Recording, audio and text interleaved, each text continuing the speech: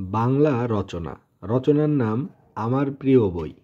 আমার প্রিয় বই রচনাটি পড়া হচ্ছে শিক্ষাগার.com এই ওয়েবসাইট থেকে, সেখান থেকে নেওয়া হয়েছে।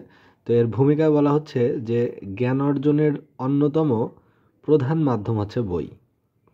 বই পাঠের মাধ্যমে বিনোদনও পাওয়া যায়। বেশিরভাগ মানুষই কম বেশি বই পড়তে ভালোবাসে। এর মধ্যে কোনো একটি বই বিশেষভাবে ভালো লাগে। তো এটি হচ্ছে ভূমিকা বা মূল কথা। সেটা হচ্ছে যে জ্ঞান অর্জনের একটা প্রধান মাধ্যম হচ্ছে বই। বইয়ের মাধ্যমে বিনোদনও পাওয়া যায়, আবার জ্ঞানও অর্জিত হয়। এবং বেশিরভাগ মানুষই বই পছন্দ করে, বই পড়তে ভালোবাসে। এবং এর মধ্যে কোনো বই কারো কাছে বিশেষভাবে পছন্দনীয় হয়ে থাকে। এখন হচ্ছে আমার প্রিয় বই কোনটি? অমর কথাশিল্পী শরৎচন্দ্র চট্টোপাধ্যায়ের লেখা রামের সুমতি আমার প্রিয় বই। তো এই বইগুলোর মাঝে সবারই কোনো না কোনো প্রিয় বই থাকে। আমার একটা প্রিয় বই রয়েছে, সেই বইয়ের নাম হচ্ছে রামের সুমতি। লিখেছেন অমর কথাশিল্পী বা অপরাজেয় কথাশিল্পী শরৎচন্দ্র চট্টোপাধ্যায়। এবার হচ্ছে আমার ভালো লাগার কারণ, কেন আমার এই রামের সুমতি বইটি ভালো লাগে। বহু বিখ্যাত বই থাকতে আমার রামের সুমতি ভালো লাগার কারণ হলো রাম চরিত্রটি। শরৎচন্দ্রের রামের সুমতি বইয়ের কাহিনীতে কম বয়সী রামের দুষ্টু বুদ্ধির নানা রকম চিত্র পাওয়া যায়। এটি আমার বয়সী একটি শিশুর কাছে চিত্তাকর্ষক বই কি।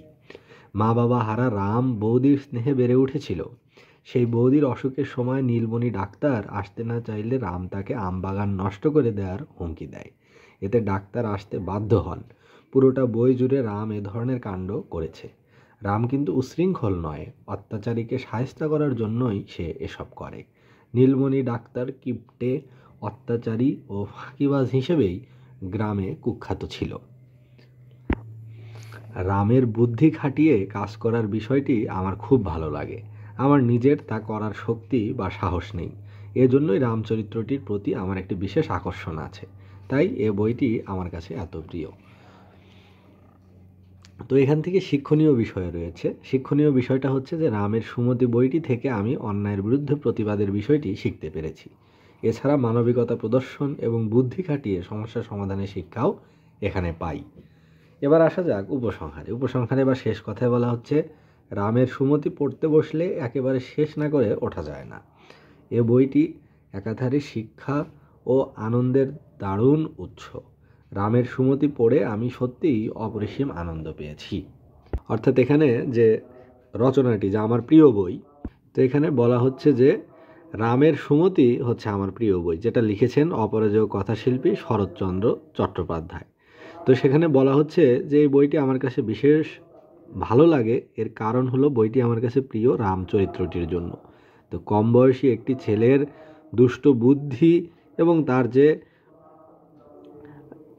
চিত্তাকর্ষক কাহিনী, তার যে কার্যকলাপ, তার জন্য এই বইটি আমার কাছে ভীষণ প্রিয়। তে মা বাবা হারা রাম বৌদির স্নেহে বেড়ে উঠেছিল। সেই বৌদির যখন অসুখ হয় তখন ডাক্তার আসতে চাইল না, নীলমণি ডাক্তার। রাম কী করলো? বলল যে আপনার পুরো আমবাগান আমি নষ্ট করে দেব। এভাবে ডাক্তারকে বৌদির চিকিৎসায় আনতে বাধ্য করলো। তো রাম আসলে উচ্ছৃঙ্খল কোনো চরিত্র নয়, সে বরং অত্যাচারীকে শায়েস্তা করার কায়দাটা সে জানে, এরকম সাহসী সে। বইটি পড়লে আমরা একই সাথে যেমন আনন্দ পাই, ঠিক তেমনি শক্তি বা সাহস সম্পর্কেও আমরা একটি ধারণা পাই, একটি ছেলের শক্তি বা সাহস সম্পর্কে। এবং এই বইটি আমার কাছে অত্যন্ত প্রিয়, কারণ এখানে যেমন মানবিকতা প্রদর্শন রয়েছে, মজা রয়েছে, আনন্দ রয়েছে, ঠিক তেমনি বুদ্ধি খাটিয়ে সমস্যা সমাধানের উপায়ও এখানে থেকে শেখা যায়। তো উপসংহার বা শেষ কথায় বলা যায় যে বইটি একাধারে শিক্ষা ও আনন্দের একটি দারুণ উৎস। তাই রামের সুমতি বইটি আমার কাছে প্রিয় বই এবং এটি পড়ে আমি সত্যিই অপরিসীম আনন্দ পেয়েছি।